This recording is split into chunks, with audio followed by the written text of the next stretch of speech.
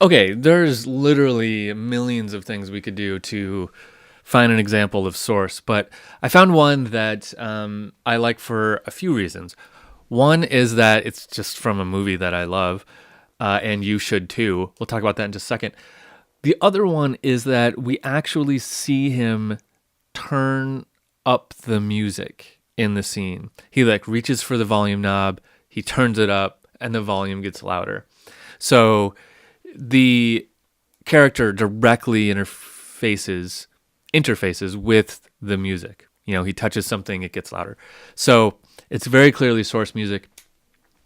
Now, why are we talking about source? We're talking about source because you should know what it is and that it exists and how to deal with it when you encounter it.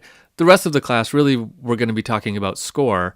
But for these couple videos and at least one more after this, I just want to touch on source music. Most of the time we're dealing with score, but sometimes you do have to work with source music.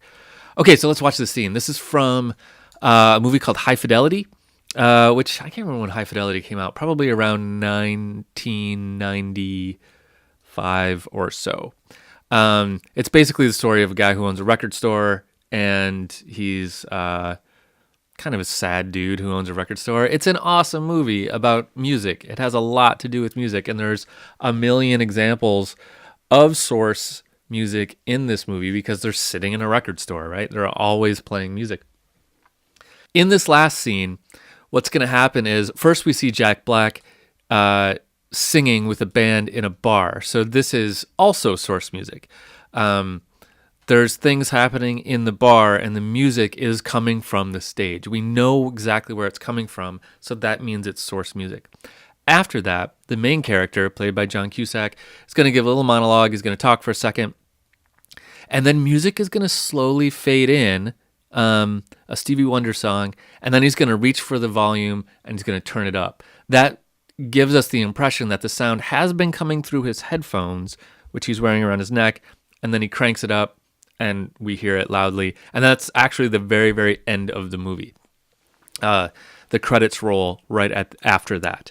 And the song that he introduces by turning the volume up is the credit song. So let's watch it. Keep in mind that really what we care about with source is that everybody in the scene hears the music the same as we do. That's one of the main components. The other is that we know where all of that music is coming from. Here we go.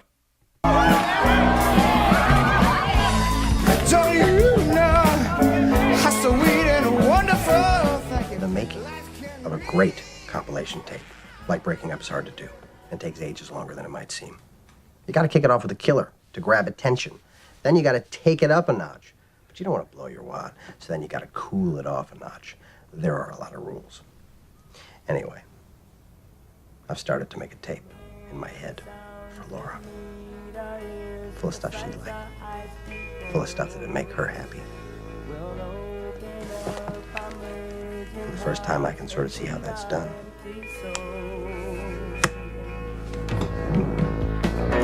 I believe when I fall in love.